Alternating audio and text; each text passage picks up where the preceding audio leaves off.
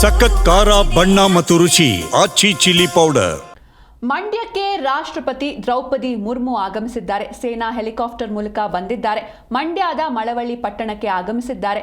ಶಿವಯೋಗಿಗಳ 1066ನೇ ಮಹೋತ್ಸವದಲ್ಲಿ ಭಾಗಿಯಾಗ್ತಾರೆ. ಡಿಸೆಂಬರ್ 22ರವರೆಗೆ ಈ ಒಂದು ಜಯಂತಿ ಮಹೋತ್ಸವ ನಡೆಯುತ್ತೆ. ಡಿಸಿ, ಡಿಐಜಿ, ಎಸ್ಪಿ ನೇತೃತ್ವದಲ್ಲಿ ವೇದಿಕೆಯನ್ನ ಪರಿಶೀಲನೆ ಕೂಡ ಮಾಡಲಾಗಿದೆ.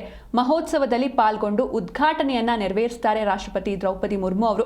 ಇವತ್ತಿನಿಂದ ಡಿಸೆಂಬರ್ 22ರವರೆಗೆ ಈ ಒಂದು ಜಯಂತಿ ಮಹೋತ್ಸವ ನಡೆಯುತ್ತೆ.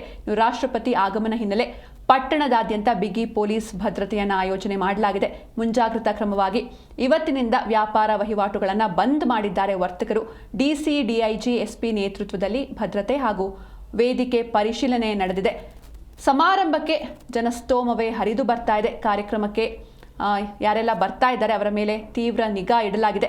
ಪ್ರತಿಯೊಬ್ಬರನ್ನೂ ಕೂಡ ಚೆಕ್ಕಿಂಗ್ ಮಾಡಿ ಒಳಗಡೆ ಬಿಡ್ತಾ ಇದ್ದಾರೆ ಪೊಲೀಸರು. ಯಾವುದೇ ಅಹಿತಕರ ಘಟನೆಗಳು ನಡೆಯದಂತೆ ಕಂಪ್ಲೀಟ್ ಆಗಿ ಒಂದು ರೀತಿ ಸೆಕ್ಯೂರಿಟಿಯನ್ನು ನೀಡಲಾಗ್ತಾ ಇದೆ. ಯಾರೆಲ್ಲ ಬರ್ತಾ ಇದ್ದಾರೆ ಒಂದು ಕಾರ್ಯಕ್ರಮಕ್ಕೆ, ಸಾಕಷ್ಟು ಸಂಖ್ಯೆಯಲ್ಲಿ ಜನರು ಸುತ್ತಮುತ್ತಲಿನ ಭಾಗದಿಂದ ಬರ್ತಾ ಇದ್ದಾರೆ. ಎಲ್ಲರನ್ನೂ ಕೂಡ ಚೆಕ್ ಮಾಡಿ ಒಳಗಡೆ ಬಿಡ್ತಾ ಇದ್ದಾರೆ.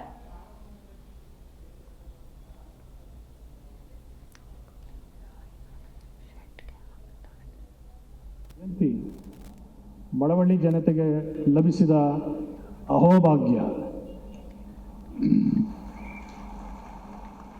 ಮಳವಳ್ಳಿಯ ಇತಿಹಾಸದಲ್ಲಿ ಅಕ್ಷರಶಃ ಸುವರ್ಣಾಕ್ಷರಗಳಲ್ಲಿ ಬರೆದಿಡಬೇಕಾದಂತಹ ದಿನ.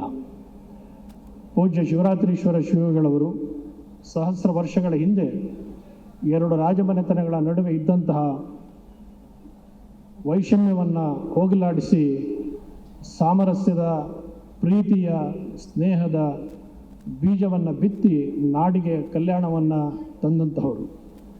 ಆ ಪರಂಪರೆಯಲ್ಲಿ ಬಂದಂತಹ ಗಣ್ಯಗೆ ಶಿವಯೋಗಿಗಳು, ಮಂತ್ರ ಮಹರ್ಷಿಗಳು, ಪೂಜ್ಯ ರಾಜೇಂದ್ರ ಮಹಾಸ್ವಾಮಿಗಳವರು ಈ ಮಠವನ್ನು ನಿರಂತರವಾಗಿ ಮುನ್ನಡೆಸಿಕೊಂಡು ಬಂದಿದ್ದಾರೆ.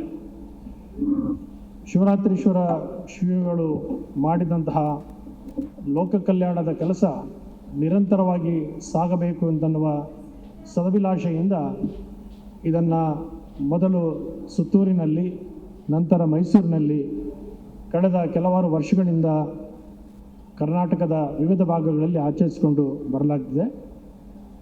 ಹಿಂದೆ ಶಿವಮೊಗ್ಗದಲ್ಲಿ ನಡೆದಾಗ ಕನಕಪುರದ ಹಿರಿಯ ಶ್ರೀಗಳಾದ ಮುಮ್ಮಡಿ ನಿರ್ವಾಣ ಮಹಾಸ್ವಾಮಿಗಳವರ ಒಂದು ಸಮ್ಮುಖದಲ್ಲಿ ಈ ಜಯಂತಿಯನ್ನು ಮಳವಳ್ಳಿಯಲ್ಲಿ ಆಚರಿಸಬೇಕು ಅಂತನ್ನುವಂತಹ ಸಂಕಲ್ಪವನ್ನು